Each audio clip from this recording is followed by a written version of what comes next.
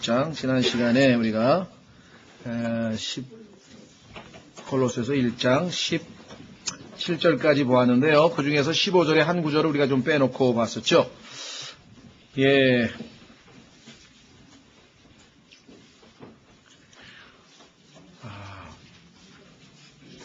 콜로새서 1장 자 15, 16, 17절을 보시면 이렇게 되어 있습니다. 18절까지 보시면 그분께서는 보이지 아니하는 하나님의 형상이시오 모든 피조물의 처음 난 자이시니 자, 이 구절만 읽으면 모든 피조물의 처음 난 자다. 그래서 이제 여호와의 증인을 비롯해서 예수 그리스도를 단지 피조물이라고 생각하는 그런 분들의 경우에는 이 구절을 근거로 합니다. 모든 피조물의 처음 난 자라고 하지 않았느냐? 그런 피조물이다. 그래서 여호와의 증인들이 가지고 있는 성서를 New World Translation이라고 그래요. 신세계 역본이라는 성경을 그들이 가지고 있는데 거기에 보면은 요한복음 1장을 한번 보세요. 요한복음 1장 1절에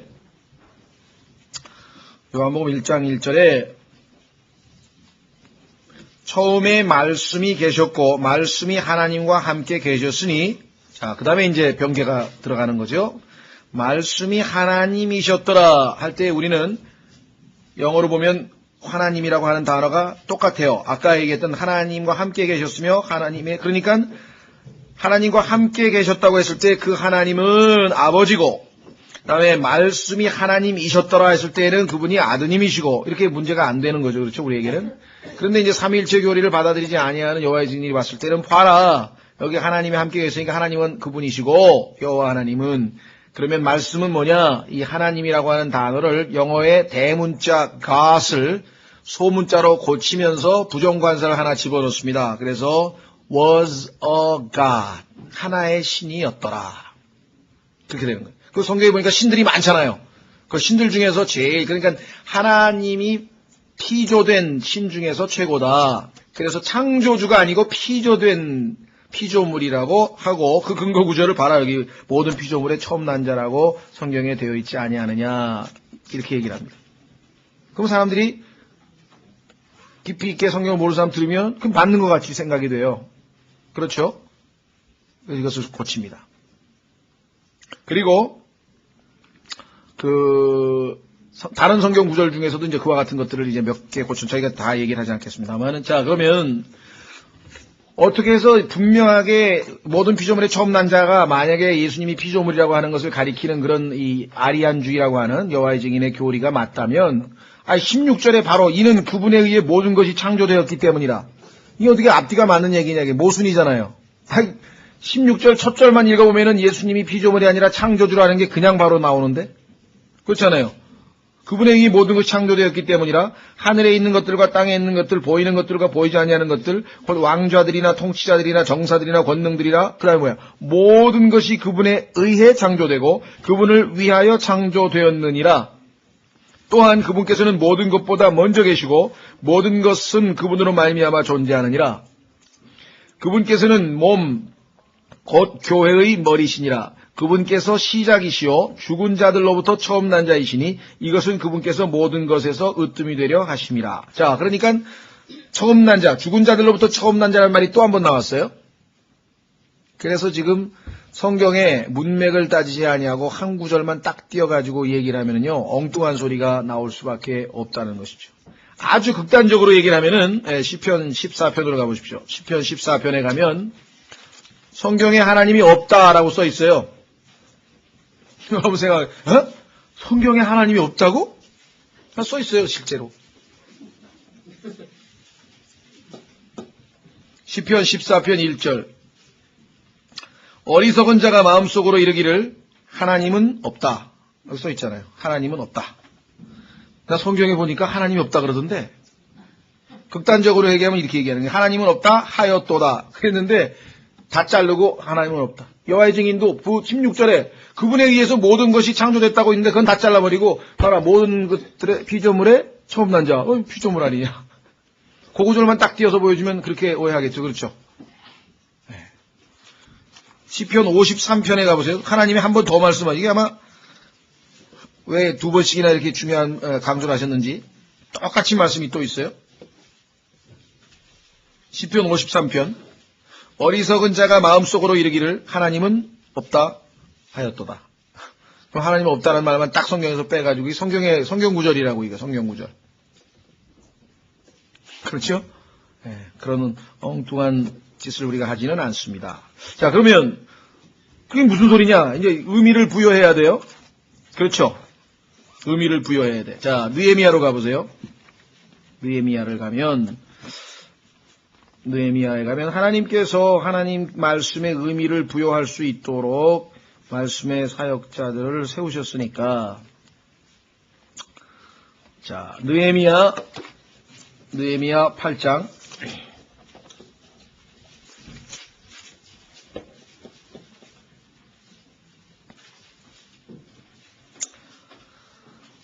(5절) 에스라가 온 백성 위에 있으므로, 자, 이게 소위 말하면 펄핏이라고 하는데, 펄핏. 이게 지금 강대상이에요.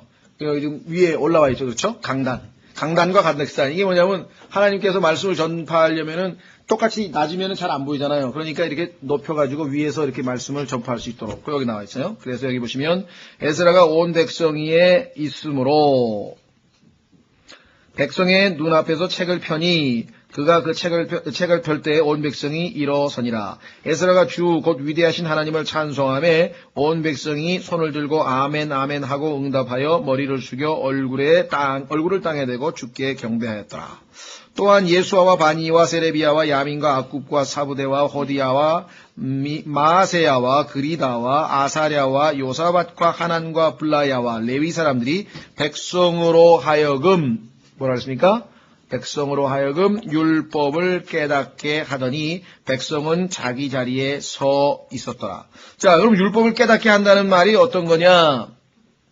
율법을 깨닫게 한다는 게 어떤 거냐? 8절. 이와 같이 그들이 하나님의 율법의 책에서, 자, 어떻게 하라 보세요. 명료하게 낭독하고. 지금 우리가 매주 하고 있는 거예요. 명료하게 우선 하나님 말씀을 낭독을 해요. 큰 소리로 읽어드렸어요, 제가. 그 다음에 어떻게 해요? 의미를 알려주어. 아, 이게 무슨 뜻입니다. 모든 피조물의 처음 난 자라고 하는 게 이게 무슨 뜻입니다. 하고 의미를 알려주어 그들로 하여금 그 낭독하는 것을 깨닫게 하니라. 그렇죠? 이게 말씀의 사역자가 하는 일이에요. 이거 안 하고 맨날 자기 옛날에 있었던 무슨 옛날 얘기만 하고 그러면 그거는 아니지. 말씀의 의미를 깨닫게 해주라고 그랬는데 왜 엉뚱한 짓을 하냐 이 말이죠. 자, 그 다음에 전도서 12장으로 가보세요. 전도서 12장. 여러분 가운데 하나님의 말씀의 사역자들이 해야 될 일이 무엇인가? 전도서 12장. 전도서 12장 9절. 8절부터 보시면 전도자가 말하노니, 지금 사실 우리가 이게 전도자라고 표현하니까 우리는 일반 교회에서 얘기하는 전도사 얘기하는 건가? 아니에요. 그 전도사는 또 evangelist야, 영어로. evangelist. 근데 여기는 뭐예요? preacher야, preacher. 근데 요즘에 일반적으로 preacher라 그러면 설교자라 그래, 설교자. 그러니까 사실 이게 그냥, 근데 전도자란 말이 개역 성경이 있기 때문에 일반적으로 갑자기 설교자라고 하는 용어가 어색해서 지금 이제 이왕이면은, 좀 활용하자고 해서 좀 했는데, 우리가 영어로는 이게 preacher예요. 그렇죠? 예, 뭐라고 얘기하냐. 설교자가 말하니 헛되고 헛되며 모든 것이 헛되도다. 그러니까 전도서 12장 1절부터 12장까지는요. 솔로몬의 마지막 설교예요. 한 편의 설교예요. 한 편의 설교.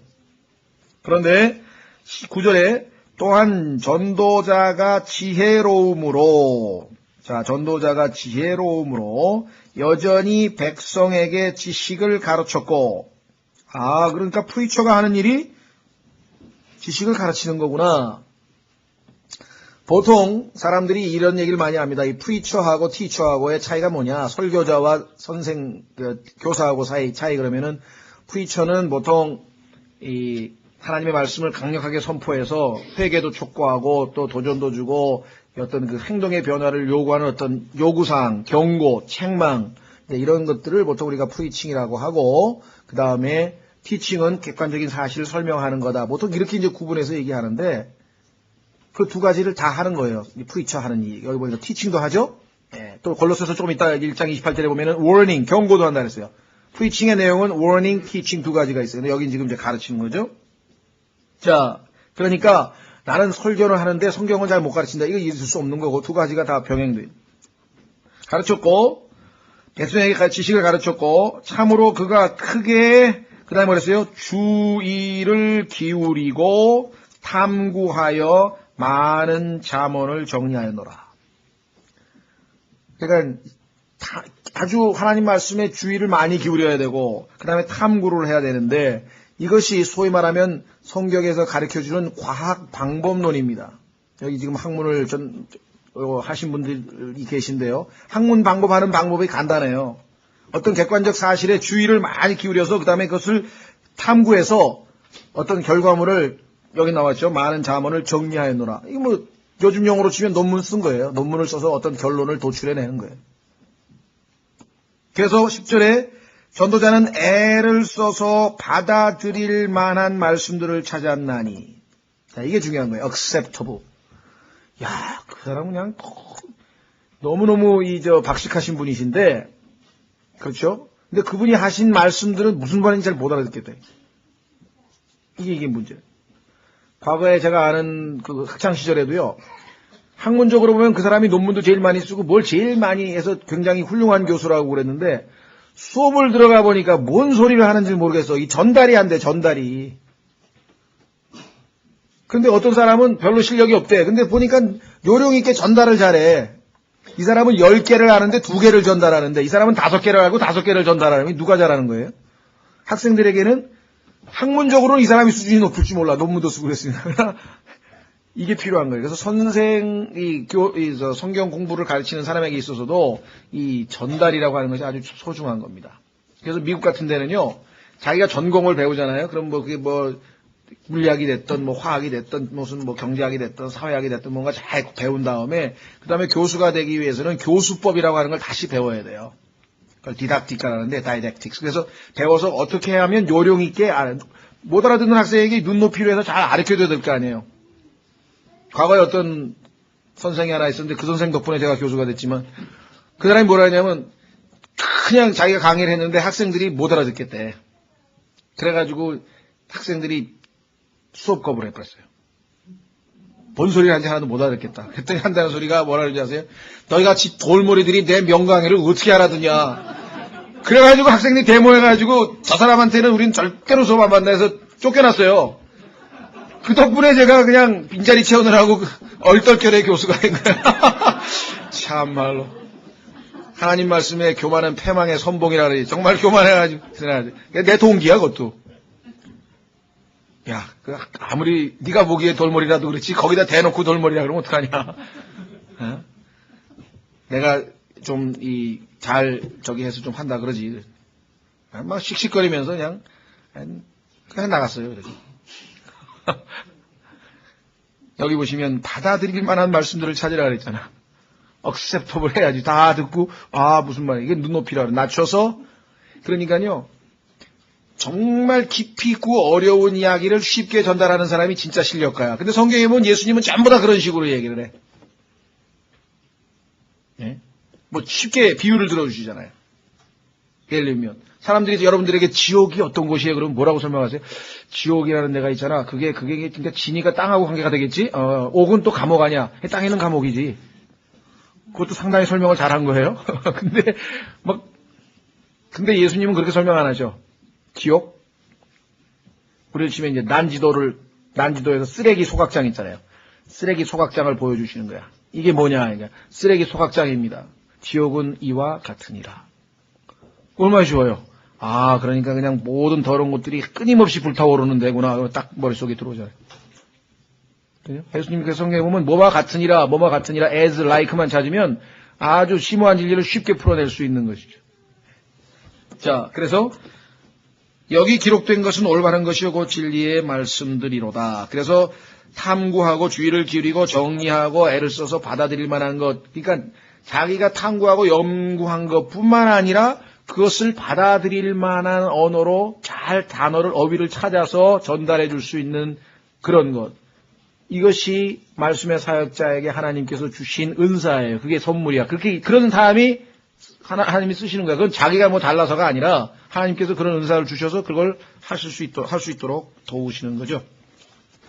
자, 그래서 지금 얘기가 좀 복잡해졌는데요. 사실은 골로새서 1장 15절에 이걸 의미를 이제 부여하려고 하는 건데 쉬운 구절은 아닌 것 같아요. 그래서 어떤 분은 이제 이렇게 얘기를 합니다. 야, 여기 보니까 creature라고 돼 있는데 creature 이거는 이제 피조물, 생명체를 주로 얘기한다. creation 하면은 더 넓은 의미로 이제 무생물까지 다 포함하는 거니까.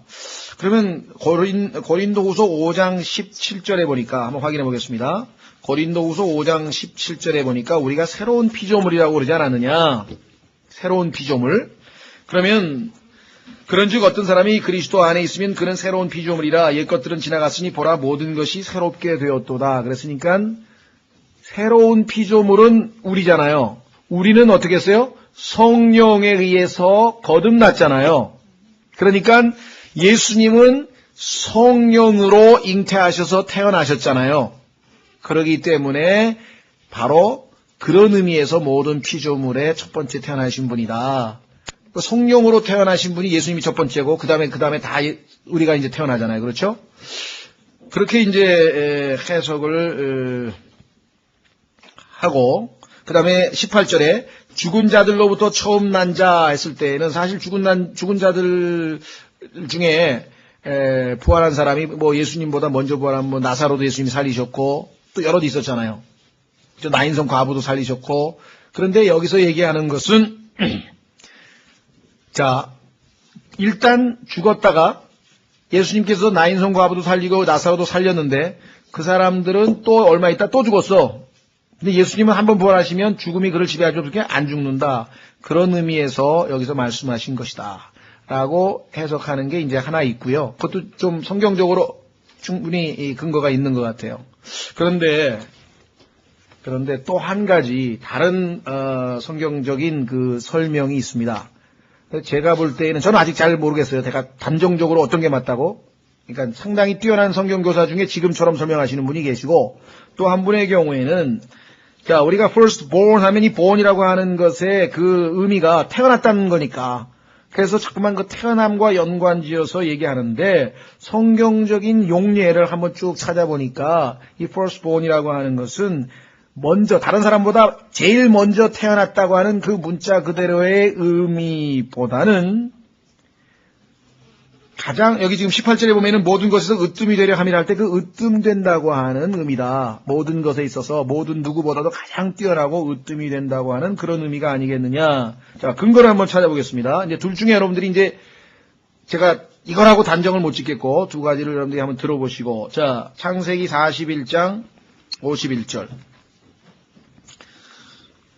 그래서 때로는 우리가 확실하게 잘 모르는 부분이 나올 수 있어요. 그래서 베드로도 자기가 바울의 글을 읽어보니까 잘 모르겠더라. 그래서 어렵더라. 그러니까 함부로 풀어서 멸망에 이르지 말고 그럴 때는 우리가 함부로 성경을 풀지 말고 모를 때는 모른다고 내버려 두고 하나님이 또 나중에 가르쳐 주실 때까지 기다려야 되겠죠. 자, 그래서 창세기 41장 51절에 보니까 요셉이 맏아들의 이름을 므낫세라 하였으니 이는 그가 말하기를 하나님께서 나로 하여금 나의 모든 수고와 나의 아버지의 온 집을 잊게 하셨다 하기 때문이라. 52절 둘째 아들의 이름은 에브라임이라 하였으니. 자, 그러면은 첫 번째 태어난 자가 누굽니까? 므낫세. 그 다음이 에브라임. 자, 그런데 예레미야 31장 9절로 갑니다. 예레미야 31장 9절.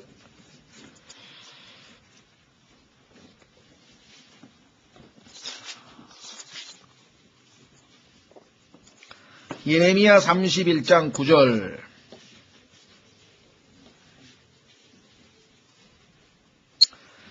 그들이 슬피 울며 올 것이여 내가 그들의 간구를 듣고 그들을 인도하여 물 있는 강가에서 곧은 길로 걷게 할 터인즉 그들이 거기서 걸려 넘어지지 아니하리니 나는 이스라엘에게 아버지요 에브라임은 나의 처음 난 자니라.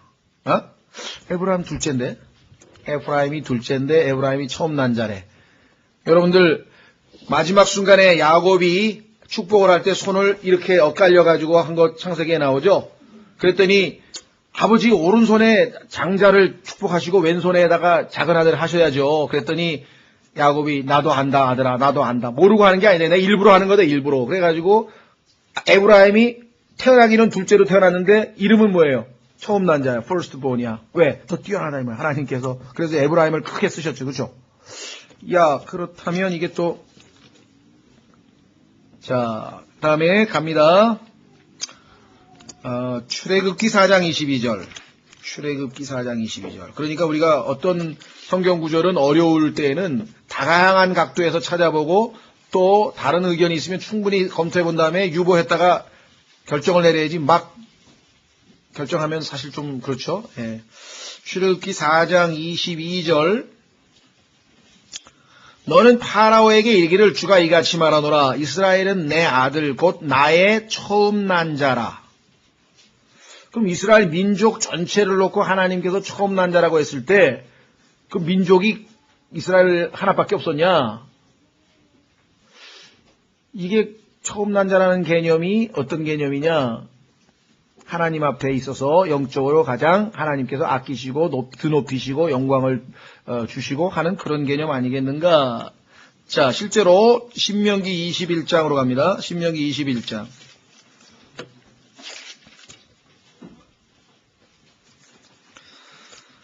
신명기 21장 15절에 가면요. 첫째 아들에게 그 첫째 아들의 장자권, 권리를 주어야 된다고 하나님께서 이야기를 합니다. 어떤 사람이 두 아내를 두었는데 하나는 사랑을 받고 하나는 미움을 받다가 왜 그런지 모르겠어요. 둘 다 안 사랑하고 읽을 때마다 사랑을 받는 자와 미움을 받는 자가 둘 다 아이들을 낳았는데 신명기 21장 15절 미움을 받는 자의 아들이 맏아들이거든. 그는 자기의 가진 것을 자기 아들들에게 상속물로 주는 때에 사랑을 받는 자의 아들을 맏아들로 삼아서 참 맏아들 곧 미움을 받는 자의 아들보다 앞세우지 말고 인간의 감정을 앞세우지 말라. 네가 좋아하는 아내의 아들이라 해가지고 둘째 아들인데 첫째 아들 몫을 주면 안 된다고 지금 하나님께서 얘기했죠. 반드시 미움을 받는 자의 아들을 맏아들로 인정하여 자기의 모든 소유에서 그에게 두 몫을 줄지니 그 아들이 그의 힘의 시작이므로 맏아들의 권리가 그에게 있느니라. 그러니까 장자의 경우에는 두 몫을 주신다. 그렇죠? 그러니까 장자의 권리에는 성경에 보니까 지금 다 찾지는 않겠습니다만 세 가지가 있어요. 하나는 몫을 두 배로 주고 그 다음에 또 성경에 보니까 그 제사장의 직분, 레위, 그 제사장의 직분을 가족에 있어서 제사장의 직분을 주고 그 다음에 또 장자권, 장자의 권리를 주고 이렇게 세 가지 종류가 있는 것 같아요. 그래서 어쨌거나 하여간 firstborn이라고 했을 때는 하나님께서 특별 대우를 한다고 하는 사실, 그렇죠? 이거 뭐 염두에 두시라 이 말이죠. 그러니까 출생이라고 하는 먼저 태어났다라고 하는 그 개념뿐만 아니라 거기에는 하나님께서 그것에 근거해서 뭔가 특별 대우를 하신다는 그 의미가 포함되어져 있다. 자, 제일 대표적인 구절이 바로 이제 시편 89편으로 가보겠습니다. 시편 89편으로 가면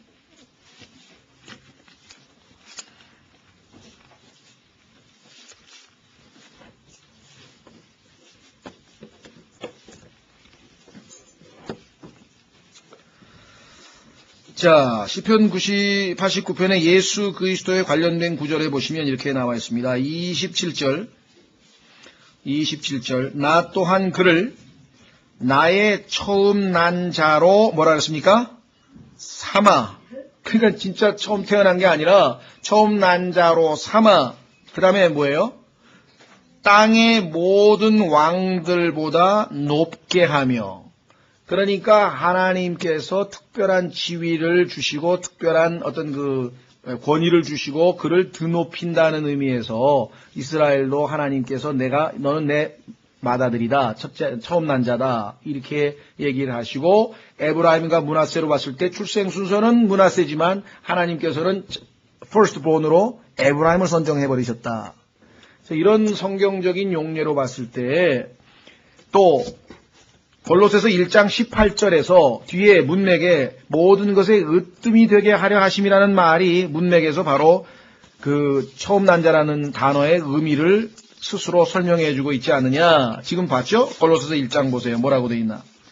골로새서 1장 18절에 그분께서는 몸, 곧 교회의 머리시니라. 자, 머리가 벌써 으뜸이란 뜻이죠. 그렇죠? 머리. 그 다음에 그분께서는 시작. 처음이야, 처음. 그 다음에 죽은 자들로부터 처음 난 자시니 이유가 뭐예요? 이것은 그분께서 모든 것에서 으뜸이 되게 하려 하심이라. 그래서 성경 용례로 봤을 때 여기서 15절에 피조물의 처음 난 자라든가 죽은 자들로부터 처음 난 자라고 하는 그 의미는 출생 순서와 관련돼서 얘기한 것이 아니라 권위와 또 어떤 그 지위와 또 하나님의 드높이심과 이런 것과 연관이 있는 것이 아니겠는가. 이렇게 이제 해석하는 두 가지가 있습니다. 그래서 둘 중에 둘 다 일리가 있는 것 같아요. 둘 다 일리가 있는 것 같은데 절대로 예수님이 피조물이라고 하는 그런 해석은 여기서는 도저히 성립이 안 된다는 것 하나만 우리가 정확하게 알고 모르겠습니다. 이제 두 해석 중에 성경적으로 어떤 게 더 훨씬 근거가 있고 또 나중에 성경의 또 다른 부분에서 어떻게 설명이 될지는 일단 거기까지만 제가 말씀을 드리고 자 그래서 우리는 이제 19절로 가겠습니다. 아버지께서는 그분 안에 모든 충만이 거하는 것을 기뻐하시고 자 하나님께서 기뻐하시는 일이면 정말 우리가 함께 기뻐해야 될 일인데요. 그 하나님께서 기뻐하시는 핵심 것 중에 하나가 뭐냐면 모든 충만이 그분 안에 거하는 건데요. 실제로 2장 3절 보십시오. 2장 3절에 보면은 골로새 2장 3절에 그분 안에는 지혜와 지식의 모든 보화가 감추어져 있느니라. 지혜와 지식의 모든 보화가 감추어져 있느니라. 여러분들 소위 세상에서 제일 뛰어난 학문을 한다고 하는 사람들이 철학을 한다 그러죠. 철학이라고 하는 단어가 여러분도 아시다시피 영어로 필로소피인데요. 필로 사랑한다 이 말이에요. 소피아라고 하는 것은 소위 말하면 지혜의 여신 아닙니까? 그래서 저 불가리아 수도에도 소피아라고 하는 수도도 있고 소피아. 그러면 지혜를 사랑한다. 지혜를 사랑하는 사람. 그게 소위 말하면 철학이라고 하는 학문인데 그런데 예수 그리스도를 안 믿고 어떻게 철학을 할 수가 있니?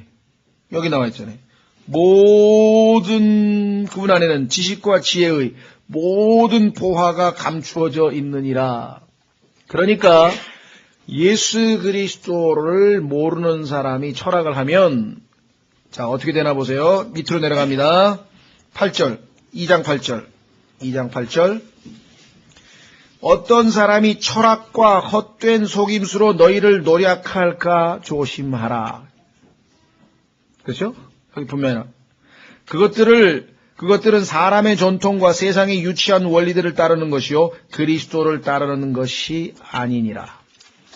참된 철학자라고 한다면은 정말 지혜를 탐구하는 사람이라고 한다면 당연히 예수 그리스도 살아계신 그분을 만나서 그분을 통해서 배워야 되는 것이겠죠. 자, 그래서 우리는 다시 골로새서 1장 19절 아버지께서는 그분 안에 모든 충만이 거하는 것을 기뻐하시고 모든 충만이 거하는 것을 기뻐하시고 그렇죠? 그런데 여러분도 아시다시피 창세기 1장 2절에는 어떻게 됐습니까? 공허함이 있었잖아요. 창세기 1장 1절에 하나님께서 천지를 창조하셨을 때는 충만했을 거 아니에요. 근데 1장 2절에 보니까 텅 비게 된. 그래서 하나님의 말씀에 근거해서 봤을 때 1장 1절과 1장 2절 사이에서는 무슨 일이 벌어져도 벌어진 거예요. 공허함, 텅 비었다라고 하는 것은요. 이것은 하나님의 심판의 흔적이거든요. 심판의 흔적. 왜? 이사야서 48장에 보시면 하나님께서는 사람들로 누가 거기에 꽉 채워서 거주하도록 땅을 지으셨다 그랬는데 창세기 1장 2절에 뭐가 텅 비어 있다 그러면 뭐가 문제가 있는 거겠죠. 그렇죠? 자, 그래서 하여간 충만이라고 하는 것은 바로 하나님이 가장 기뻐하시는 것 중에 하나입니다. 여러분과 저도 예수 그리스도로 충만해야 되고 하나님의 말씀으로 충만해야 되고 성령으로 충만해야 되고 안에 텅 비면 공허감, 허탈감밖에 없는 것이겠죠. 자, 그래서 아버지께서는 그분 안에 모든 충만의 과정을 기뻐하시고 20절 그분의 십자가의 피를 통해 화평을 이루사 하나님께서 여러분과 저와 화평을 이루시기 위해서 peace 그 전에는 원수 관계였잖아요. 하나님과 우리 사이가 원수 사이인데 그 관계를 화평의 관계로 만들기 위해서는 하나님께서 여기 나와 있는 것처럼 아들의 피가 필요하셨다. 그분으로 말미암아 모든 것들이, 즉 내가 말하노니 그분으로 말미암아 땅에 있는 것들이나 하늘에 있는 것들이 자신과 화해하게 하셨느니라. 자, 이 구절은요, 우리가 소위 말하는 그 생태계 환경 운동 하시는 분들 있죠? 예. 소위 말하면 이콜로지스트라고 하기도 하고, 녹색당이라고도 하고, 전 세계적으로 보면 요즘에 이제 환경 문제에 예민해서 환경 관련된 것들이 많이 나오는데, 그분들에게 우리가 성경적으로 답변해 줄 수 있는 것이 바로 이것입니다. 우리 그리스도인들이 오해하고 있는 것 중에 하나가 예수 그리스도의 보혈은 내 죄를 씻었다. 나를 구원하시려고 한다. 예수님의 보혈은 성경에 보니까요, 여러분과 저를 위해서뿐만 아니라 여기에 나와 있는 모든 피조물들이 하나님과 화해하는 데 필요한 조건이었다고 하는 것이에요. 그리고 하나님께서는 지금 우리가 보는 이 눈에 보이는 이 여기 나와 있는 것처럼 하늘에 있는 것이나 또 뭡니까? 어디 있어요? 땅에 있는 것들이나 하늘에 있는 것들이 자신과 화해하게 하셨느니라고 했을 때 우리 인간뿐만 아니라 하나님의 저주로 말미암아 이 저주받은 땅이 있었죠? 그렇죠? 예. 그 다음에 작물도 있죠? 이 땅의 동물들도 지금 하나님의 저주 가운데 신음하면서 하나님의 아들들인 우리가 나타날 때까지, 예수님의 재림 때까지 지금 신음하고 기다리고 있다고 로마서 8장에 얘기를 하죠. 그러니까 우리가 예수 믿는 사람들은 자기만 하늘나라 가면 땡이냐? 니들은 왜 이 땅에 지금 이 지구에 망가져가는 하천, 그다음에 숲 가꾸기 운동, 하여간 이 자연, 지금 이 환경에 대해서, 또 오존층 파괴, 이런 데에 대해서 이렇게 무관심하냐, 이렇게들 혹시라도 얘기가 나오게 되면, 우리 인간이, 우리 그리스도인이 그러한 환경을 파괴하는 일에 적극 가담하거나 그와 같은 사업을 벌려서 환경을 파괴시키는 그 일에 끼어들 필요는 없지만, 그건 안 해도 되지만, 아무리 가꾸고 아무리 노력하고 아무리 한다고 해도 이 환경이 다 회복이 되어져서 창세기 2장에 나오는 것처럼 인류가 낙원으로 되돌아갈 수 있느냐? 그건 없다는 거예요. 계속해서 지금 더 낡아져가고 신음하고. 그래서 결국은 하나님께서 여기 있죠. 환경을 저주를 풀어서 완전히 회복시키는 그때, 그게 어디예요? 성경에 보니까 창세기 2장으로 돌아가는 거잖아요. 그때 가면 하나님께서 하실 일인데 인간이 할 일은 관리 보존을 잘하는 건 좋아. 그러나 회복은 불가능하다 이 말이에요. 그렇죠? 자, 한번 확인해 보겠습니다. 이사야서 35장.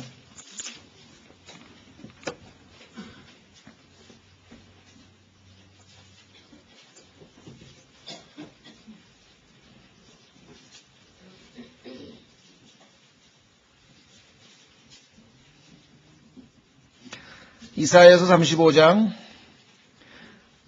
광야와 적막한 것이 그것들로 인해 기뻐하며 사막이 뭐라 그랬습니까?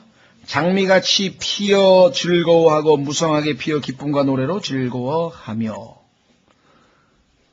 그러니까 지금 현재 이 환경 파괴로 인해서 일어나고 있는 현상 중에 가장 주목하고 있는 것이 이제 북극의 남극의 오존층 파괴하고요. 그 다음에 이 지상에 있는 사막화 현상이라고 합니다. 그래서 우리나라 지금 여름마다 그냥 이제 봄마다 황사 불어오는 것도 지금 중국의 사막화 현상과 밀접한 연관이 있죠. 그뿐만 아니라 지금 아프리카에 있는 사하라 사막이 1년에 1.5배씩 늘어나는 등 뭐가 50% 증가된 지금 막 전 세계에 웬만한 동네가 지금 다 사막화 되어가는 현상이 일어나고 있는 것이잖아요. 그렇죠? 예. 그러나 그 사막이 샘이 나서 샘이 흐르고 꽃이 피어 향기 나고 이러한 모든 일들을 회복시키실 분은 우리 주 예수 그리스도이시기 때문에 우리는 그분이 회복시키신 그날을 우리가 소망하고 또 그런 환경에서 살기를 갈망하지만 지금 현재 이 지구상에 있는 동안에 우리는 하나님께서 그와 같은 일이 아니라 한 사람의 혼이라도 주님 품으로 인도하고 하나님의 자녀들을 바르게 양육하는 일에 우리에게 임무를 맡기신 것이지 우리가 환경에 관심이 없는 게 아니다. 이게. 그는 비효율적 아니면 낭비적 투자이기 때문에 우리는 절대적으로 하나님을 신뢰하고 하나님께서 모든 환경을 다 회복하시게 될 것이다. 여기 분명하게 화해하셨다고 선언하셨습니다. 이것이 이제 천년왕국대회는 실제화돼서 우리에게 나타나게 되겠죠. 자, 그래서 다시 21절로 갑니다. 골로새서 1장 21절. 한때는 너희가 사악한 행위들로 인해 멀리 떨어져. 자, 우리가 사악한 행위로 인해서 하나님으로부터 멀리 떨어져 너희 생각 속에서 원수가 되었으나. 자, 여기는 보니까 우리의 악한 행위가 우리로 하여금 하나님과 멀리 떨어지게 만들어서 생각 속에서 하나님과 우리 사이가 원수가 되었다. 여기 얘기했는데 일반적으로 성경에 보면 순서가 반대입니다. 보통은 우리가 머릿속으로 생각한 것이, 그죠? 우리의 생각이 우리의 행동을 결정짓죠. 그렇죠? 무슨 생각을 하고 있냐에 따라서 생각이 결정이 되는데, 여기에는 반대로 우리의 행위도 우리의 생각에 상호 또 영향을 끼친다고 성경에서 말씀하고 있네요. 그렇죠? 예. 그래서 여기는 사악한 행위들로 인해 멀리 떨어져 너희 생각 속에서 원수가 되었으나, 하나님과 우리 사이가 원수 사이였다고 하는 것 로마서 5장에도 나오죠. 한번 확인해 보겠습니다. 온 우주 만물을 창조하신 하나님, 우리를 위하여 자기 아들을 내어주신 하나님과 원수 사이로 지내고 있다는 것은 이건 참 끔찍한 일입니다. 이건 정말 큰 일이에요. 많은 세상에 안 믿는 사람들은 그 사실을 모르고 있는, 자기가 지금 하나님과 원수 사이라고 하는 걸 모르고 있는 것이에요. 자, 로마서 5장 10절. 이는 우리가 원수였을 때, 그런데 어떻게 원수가 됐는지 지금 골로새서 1장에 설명하잖아요. 하나님으로부터 하나님 보시기에 악한 행위를 하니까 하나님에게 가까이 가면은 벌 받을까봐 자꾸 멀어져. 하나님으로부터 자꾸 멀어져가지고 그 악한 행위들이 우리의 생각에 영향을 끼쳐서 하나님과 생각 안에서 원수가 되었다. 여기 나왔죠. 이는 우리가 원수였을 때 하나님의 아들의 죽음으로 말미암아 하나님과 화해하게 되었을진데. 그렇죠? 바로 골로새서가 그 얘기예요. 하나님께서 우리와 화해를 이루시기 위해서 먼저 자신의 아들을 내어주시게 됐다. 22절로 갑니다. 골로새서 1장 22절. 이제는 그분께서 너희를 그분의 눈앞에서, 자, 얼마나 놀라운 일을 하나님께서 하시나 보세요. 이제는 그분께서 너희를, 여러분과 저를, 첫째, 그분의 눈앞에서, 하나님의 눈앞에서 우리는 처음부터 끝까지 철저한 죄인이었는데, 자, 거룩하고 흠없고 책망할 것이 없는 자로 드리려고 죽음을 통해 자기의 육체의 몸으로 화해를 이루셨으니. 하나님께서는요, 완전하신 분이기 때문에 완전하지 않은 사람은 하나님하고 한번 만나고 악수하고 교제하고 그게 불가능한 거예요. 근데 하나님께서는 인간과 교제를 하고 싶은데 인간은 지금 뭐예요? 아까 했지만 하나님과 원수 사이고 생각이 더럽고 양심이 더럽혀져 있고 하나님하고는 너무나 안 맞는 그런 성품의 소유자예요. 죄성을 지닌 소유자이기 때문에 그들로 하여금 하나님과 만날 수 있는 조건을 갖춰주시기 위해서 하나님께서 여기 나왔잖아요. 아들의 죽음을 통해. 22절. 이제는 그분께서 너희를 그분의 눈앞에서 거룩하고 흠없고 책망할 것이 없는 자로 드리려고 죽음을 통해 자기 육체의 몸으로 화해를 이루셨으니. 23절. 만일 너희가 너희 믿음 안에서 거하여 터를 다지고 정착해서 너희가 들은 복음의 소망에서 떠나지 아니하면 그리하시리라. 그 복음이 하늘 아래 모든 피조물에게 선포되었으며 나 바울은 그 복음의 사역자가 되었노라. 지난번에 이 구절은 말씀을 드렸었죠. 어떻게 해서 사도행전 2장에 보니까 그 당시에 모든 사람들에게 복음이 전파될 수 있었는지. 약 3천여 명이 예루살렘 오순절날 구원을 얻고 나서 그들이 각자 다들 고향으로 갔는데 한 사람 바울이 지중해 전체 지역을 약 30년간에 완전히 다 누비고 다니면서 스페인, 영국까지 다 가서 복음을 전할 수 있었다면 3,000명이 당시에 알려진 사람들이 살고 있는 지역으로 다 퍼져나가서 복음을 전한다는 것은 결코 어려운 일이 아니었다. 그러니까 성경에서 말씀하시는 게 절대 과장이 아니라는 것, 그대로 있는 사실을 기록해 놓으셨다.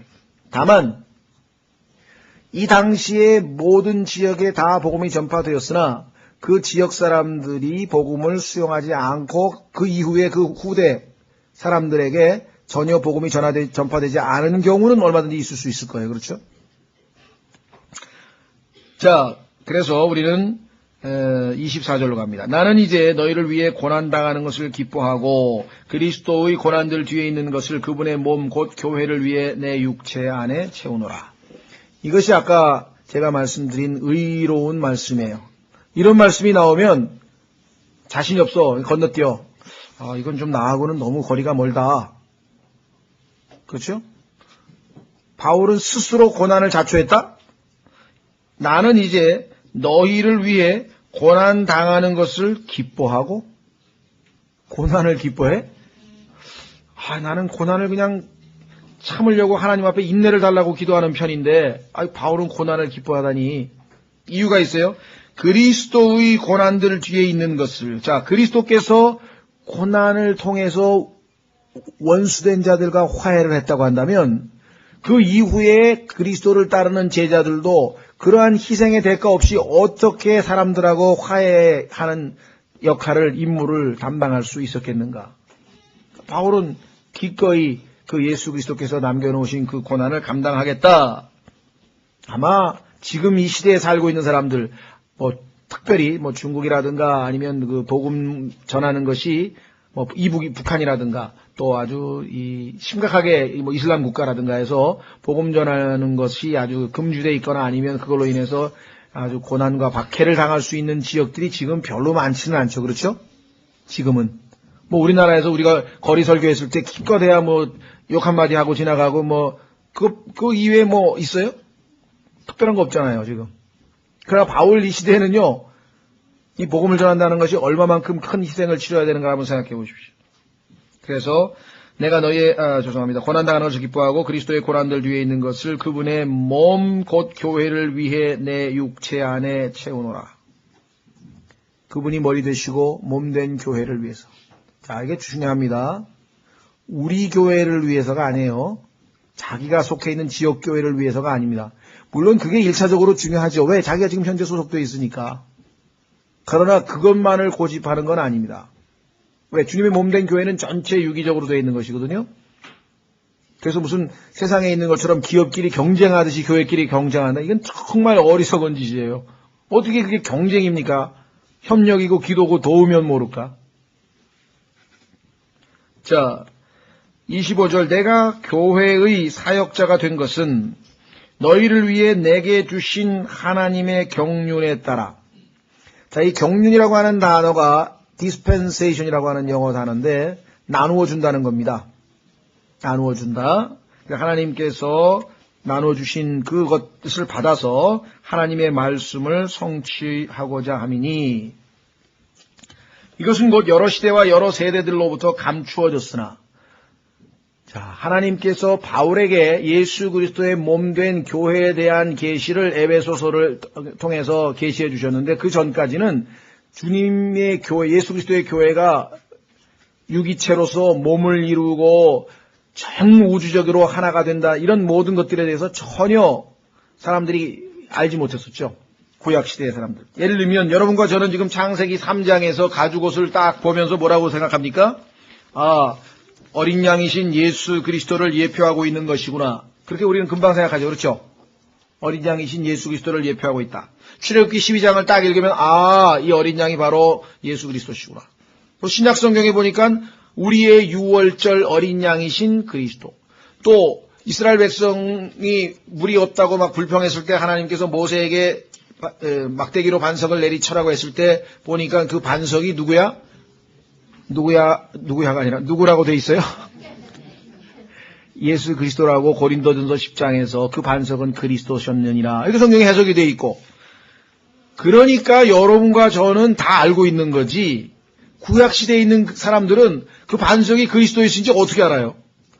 가죽옷이 무슨 의미인지 어떻게 알아요? 그래서 여기 나와 있잖아요. 참 놀랍습니다. 여러분과 저는 특별히 아주 특권을 받은 시대에 살고 있어요. 이것은 곧 여러 시대와 여러 세대로부터 감추어졌으나 이제는 그분의 성도들에게 드러난 신비에 관한 것이라. 이런 것들이 굉장히 많이 있는데 그 중에서도 최고의 신비가 뭐냐? 27절 하나님께서는 이방인들 가운데서 이 신비의 영광이 얼마나 풍성한가를 자신의 성도들에게 알리려 하시나니. 자, 그 신비가요, 진짜 신비예요. 어떤 신비냐? 이 신비는 너희 안에 계신 그리스도, 곧 영광의 소망이시니라. 그리스도가 우리 안으로 들어와 계셔. 온 우주 만물을 창조하신 분이 피조물 속으로 들어와 계셔. 이거보다 더 큰 신비 있습니까? 물론 위대하도다 경건의 신비여 해서 하나님께서 육체를 입고 나타나셨도다. 그것도 정말 어마어마한 신비죠. 그렇죠? 온 우주 만물을 창조하신 하나님께서 인간의 이 육체를 입고 이 땅에 나타나서 인간처럼 먹고 마시고 똑같은 인간의 삶을 사셨다는 것만 해도 그것도 정말 논쟁의 여지가 없이 위대한 신비 중에 하나지만, 그런데 그분이 구원받은 하나님의 자녀인 사람들 속으로 들어와 계신다. 과거에는 하나님께서 우리와 함께 임마누엘, 함께 하시는 하나님이지만 이제는 아예 우리 안에 들어와 계셔서 그냥 들어온 것도 아니고 우리와 하나가 되어버리셨다. 자, 고린도전서 6장 17절. 이제 예수 그리스도와 우리는 뗄래야 뗄 수 없는 아주 하나의 운명 공동체가 되어버린 것이에요. 고린도전서 6장 17절.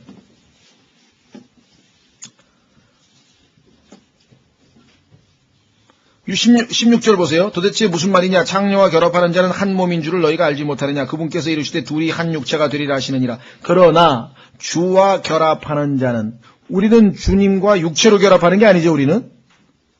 그래서 뭐라 그랬어요? 한 몸이 아니고, 16절에는 한 육체인데 이번에는 뭐예요? 한 영이니라. 자, 그러니까 이제 에베소서 2장이 이해가 되시죠? 에베소서로 가보세요. 에베소서 2장.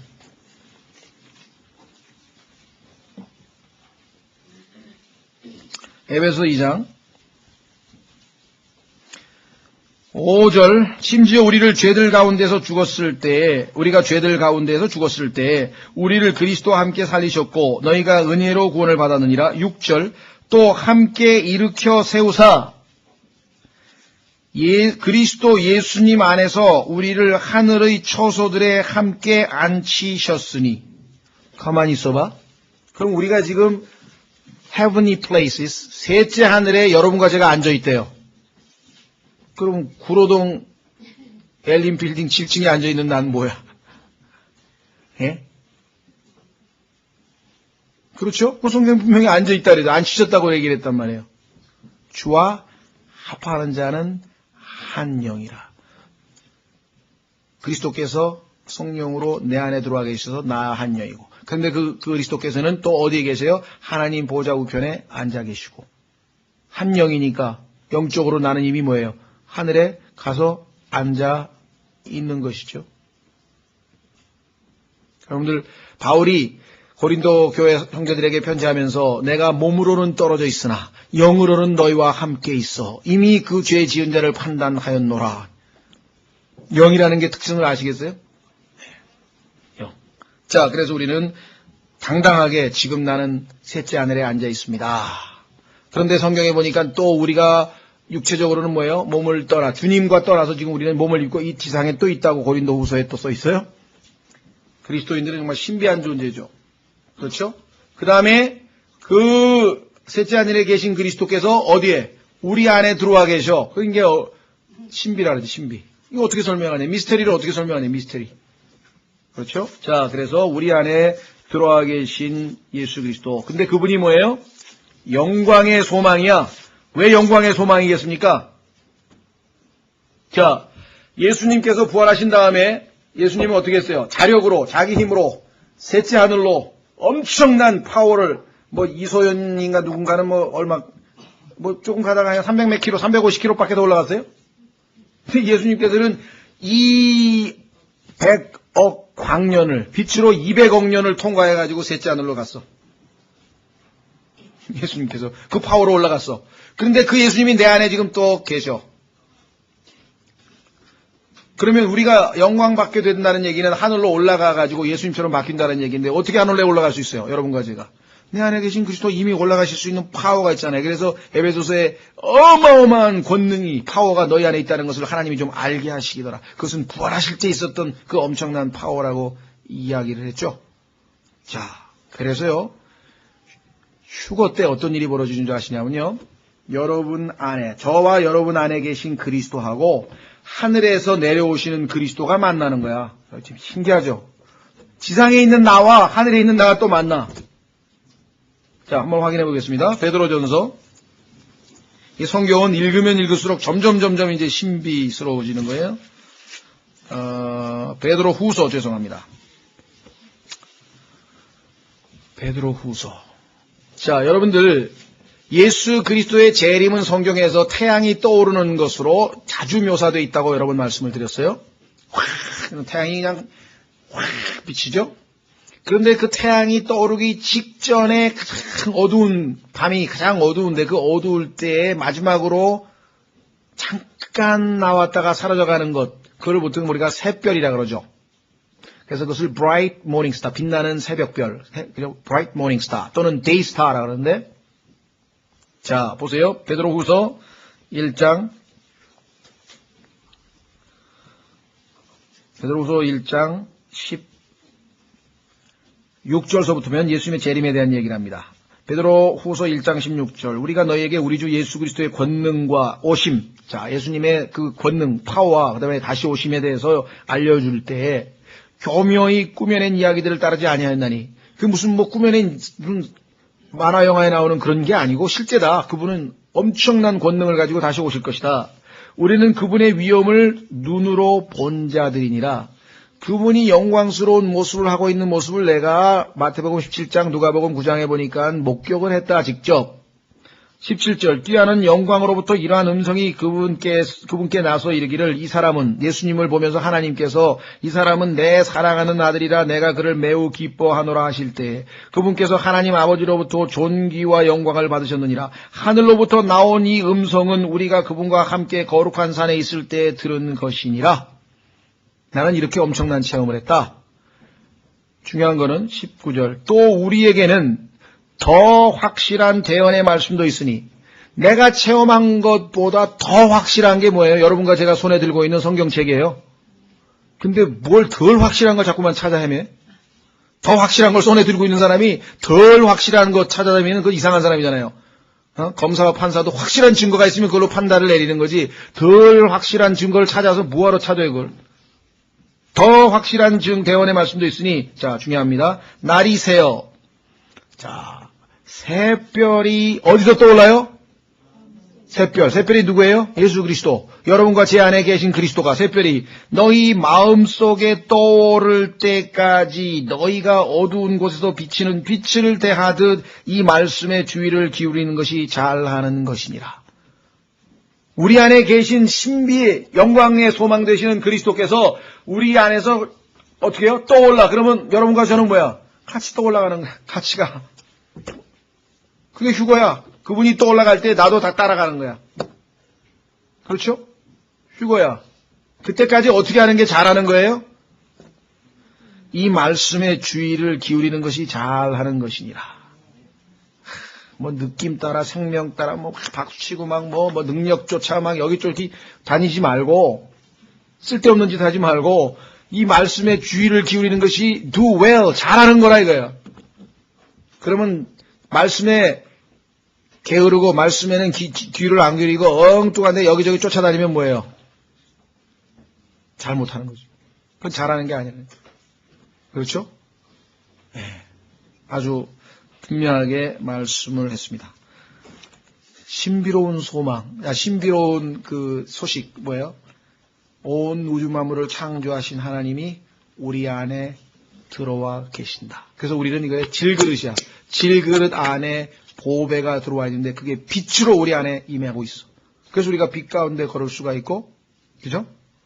자, 그래서 여기 나와 있는 영광의 소망이야. 이분이 쫙 올라가면 우리도 호련히 영광스러운 몸으로 바뀌면서 주님과 함께 하늘에 올라가게 되는 것이죠. 28절, 우리가 그분을 선포하여, 중요합니다.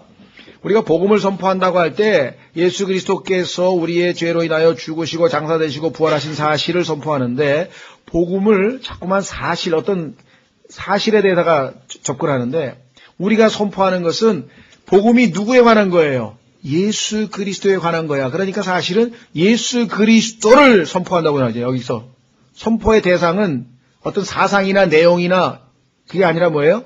예수 그리스도, 그분을 선포한다 그랬잖아요. Preach Him. 이게 아주 중요한 개념입니다.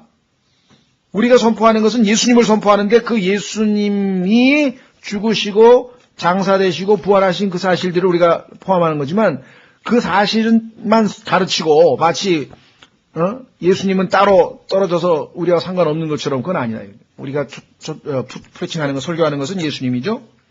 각 사람에게, 자, 설교에는 두 가지가 있네요. 두 가지가 있어요. 첫째는 경고하고, 주 예수 그리스도를 믿으라, 그리하면 너와 내 집안이 구원을 얻으리라, 그렇게 얘기하죠. 그러나 만약에 주 예수 그리스도를 거부하면, 그렇죠, 믿지 아니하면 하나님의 진노가 당신의 머리에 머물러 있다고 말씀하십니다. 지금 당신은 모르지만 하나님께서 당신 위에 하나님의 진노가 머물러 있다고 요한복음 3장 36절에 써 있습니다. 보십시오. 그리고 지금이 바로 구원의 날인데, 이 예수 그리스도를 영접하면 하나님의 진노는 떠나고 하나님의 은혜가 임하는 것이고, 그렇지 않고 계속해서 고집을 부리면 그 진노로 말미암아 영원히 멸망을 당하게 될 것입니다. 이거 경고하잖아요. 그렇죠? 자, 믿는 사람에게도 우리가 경고하죠. 만약에 우리가 이 땅에서 육신을 따라 살면 하나님 앞에 가서 그리스도의 심판석 앞에 서게 될 때, 그때 우리는 남는 게 뭐가, 다 불타고 남는 게 없다 이 말이에요. 상급받을 게 하나도 없다 이 말이에요. 그러니까 주의 두려우심으로 너희에게 경고하노니 하면서 성경에서 우리에게, 그리스도인들에게도 여러 가지 형태의 경고를 우리가 하잖아요. 그렇죠? 예. 자, 두 번째는요, 모든 지혜로 각 사람을 가르침은, 그러니까 설교의 주 내용은 둘이죠. 경고와 가르침이에요. 경고와 가르침, 경고와 가르침. 균형 있게 우리가 두 가지를 잘 하면 우리가 하나님 앞에 쓰임 받는 것이죠. 각 사람을 그리스도 예수님 안에서 완전한 자로 드리고자 함이니, 오늘 오전에도 우리가 봤던 완전함을 향해 나가는 것, 에베소서에도 보니까 하나님께서 목사와 교사를 주셔서 형제들을 완전하게 만드시는 것. 자, 완전이라고 하는 개념을 성경에서 아무리 다 찾아봐도 sinlessness, 죄가 하나도 없는 상태, 그건 아니에요. 그게 아니고 완전함이라고 하는 것은 그야말로 complete. 예를 들면 초등학교 1학년이다.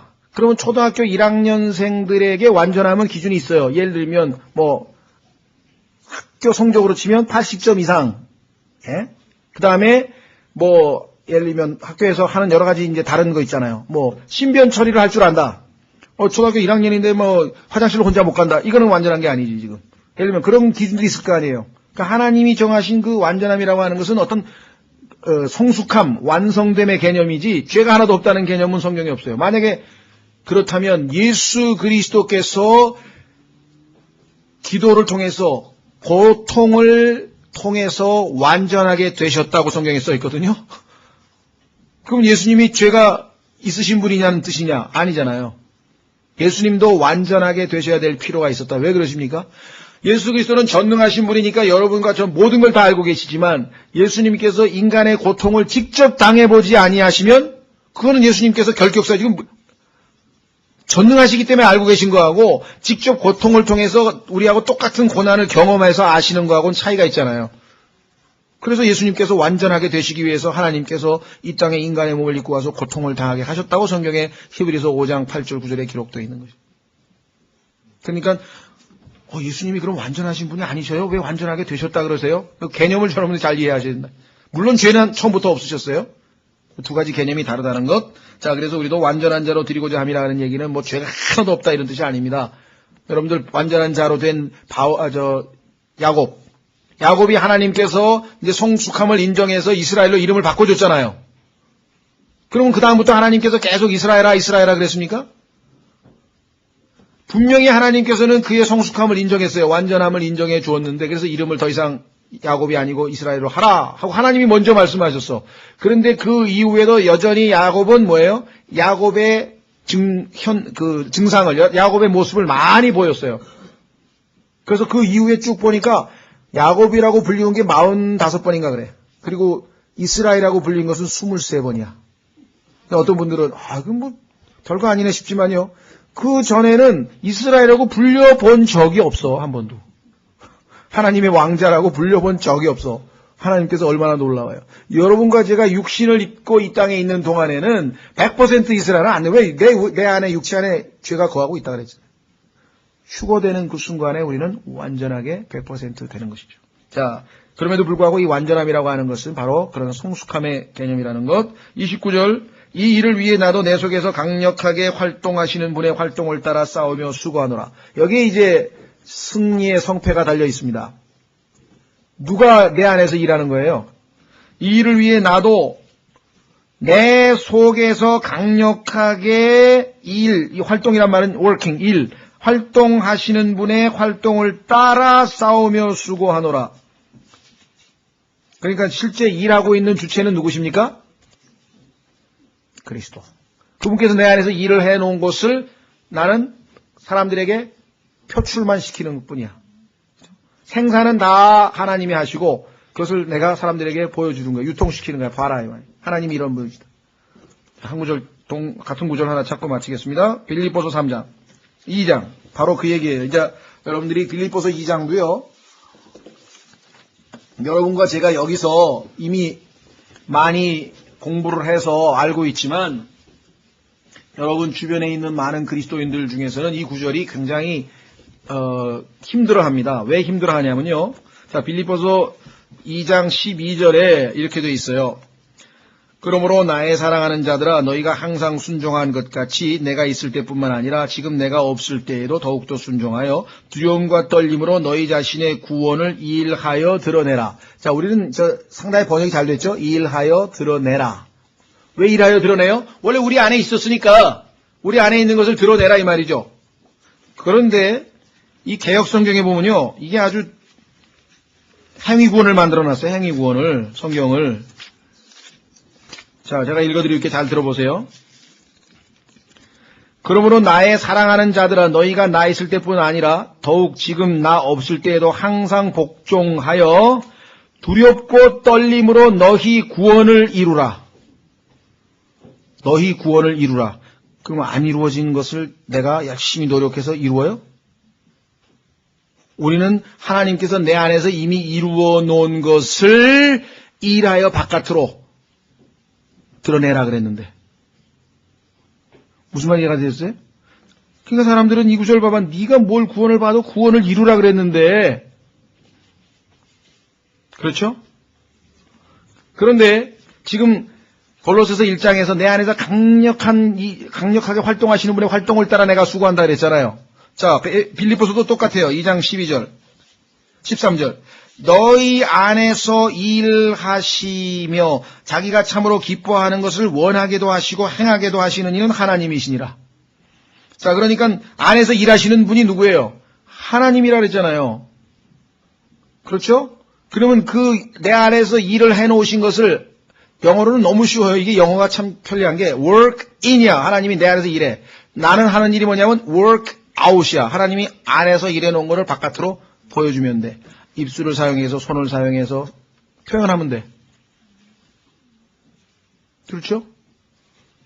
예. 그러니까 결코 이게 구원을 이루라, 못 이룬 구원을 이루어내가지고 무슨 우리가 만들어내라 이런 뜻이 전혀 아니라고 하는 사실 잘 기억하시고. 자, 그래서 우리는 골로새서 1장 29절에서 우리 안에 엄청난 일이 있네요.